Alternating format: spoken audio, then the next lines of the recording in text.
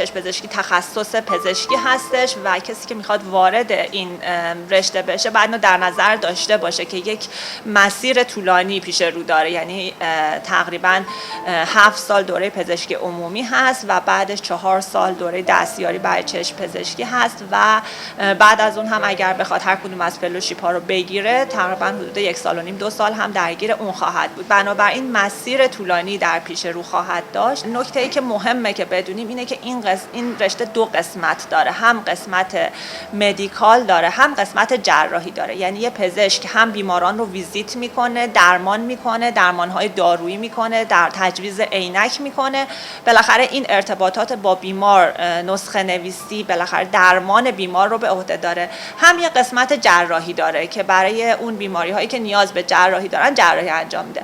بنابراین طیف وسیع از تکنیک ها رو اون پزشک باید بلد باشه.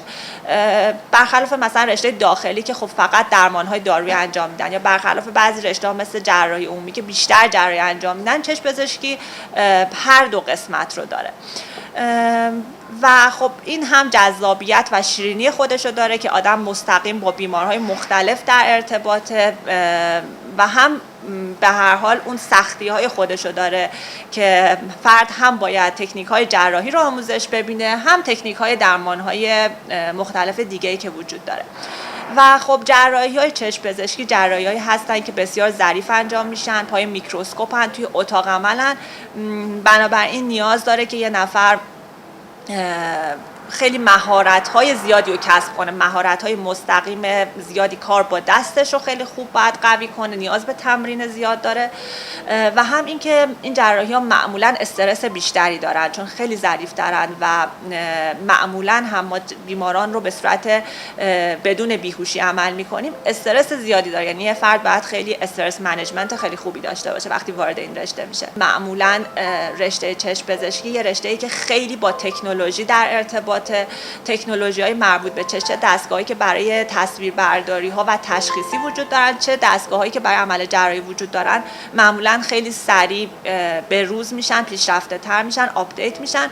بنابراین چشم پزشک باید همیشه در حال مطالعه و تحقیق باشه و نمیشه بگیم که خب مثلا دوره تحصیلش تموم شد. معمولاً اینه که تا آخر کار پزشکی باید مرتب در حال مطالعه باشه، تکنیک‌های جدید جراحی هر روز به روز میشن، اونا رو بعد آموزش ببینه. و از طرفی هم خب خیلی شیرینه دیگه اینکه همیشه در حال پیشرفتی، همیشه در حال مطالعه، هر روز تکنیک‌های جدید میاد، هر روز عمل‌های جدید میاد، میتونی بینایی رو به افراد برگردونی. در حال حاضر یه عالمه عمل‌های جراحی مختلف وجود داره برای برداشتن عینک که عمل‌های جراحی برای بیماری نیستن، برای بهبود کیفیت زندگی آدم‌ها هستند. کسایی که سالها عینک می‌زدن الان دیگه عینک نمی‌زنن، یه شادی خوبی براشون ایجاد میشه از این به بعد در زندگیشون. و خب میگم عمل‌های جراحیش بسیار متنوع و بسیار شیرین هست. تقریبا میشه گفت همه آدم‌ها با چشم پزشک سرکار دارن دیگه. حالا هم میزان افرادی که عینک میزنن در جامعه خیلی زیاده، عملهای زیادی که برای برداشتن عینک وجود داره الان هر روز داره پیشرفته تر میشه. و بعد بیماری های چشم پزشکی رو اگر باز در نظر بگیریم طیف وسیعی دارن و عملهای جراحی همه آدم ها از در سنین بالای 50 سال 60 سال کم کم علائم آب مروارید درشون ظاهر میشه، نیاز به درمان آب مروارید، عمل جراحی آب مروارید دارن.